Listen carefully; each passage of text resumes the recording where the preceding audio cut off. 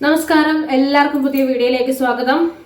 മലയാള cinema ബ്രഹ്മാണ്ഡമായ വിജയം നേടാൻ പോകുന്നത് എമ്പുരാനിലൂടെ ആയിരിക്കണമെന്ന് 1-2 മാസങ്ങൾക്ക് മുമ്പ് ഇതിന്റെ ഈ സിനിമയുടെ ഈ ക്യാരക്ടർ റിവീലിംഗ് തുടങ്ങിയ സമയത്തെ ഞാൻ പറയുമായിരുന്നു.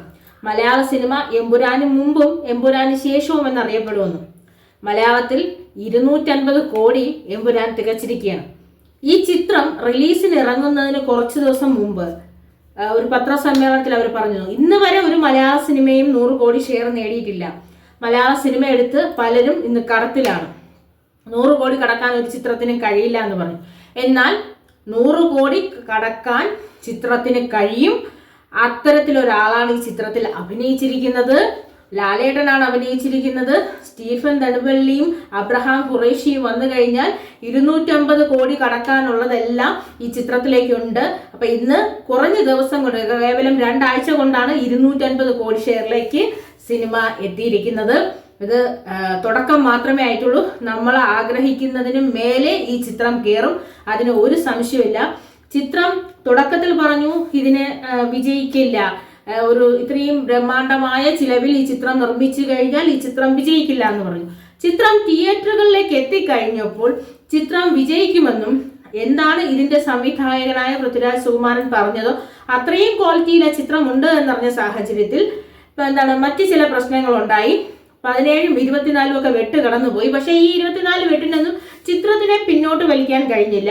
100 കോടിയും കഴിഞ്ഞ് 250 കോടിയിലേക്ക് എത്തിക്കഴിഞ്ഞു.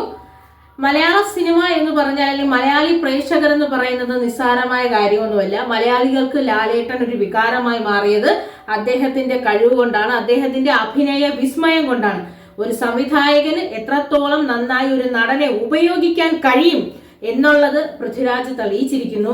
ലാലേട്ടനെ എത്ര നന്നായി ഉപയോഗിക്കുന്നു അപ്പോഴാണ് ലാലേട്ടന്റെ ചിത്രങ്ങൾ വിജയിക്കുന്നത്. എങ്ങനത്തെ വേഷം കൊടുത്താലും ലാലേട്ടൻ അഭിനയിക്കും.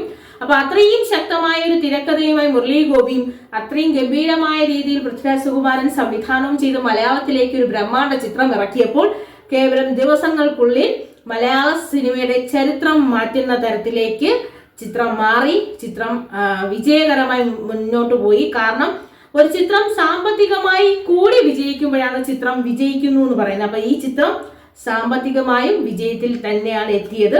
ഇനിയും ഈ 250 ഇതിന്റെ 4 ഇരട്ടി വിജയം ഈ ചിത്രം നേടും, വിജയിച്ചു കൊണ്ട് തന്നെ ഇരിക്കും.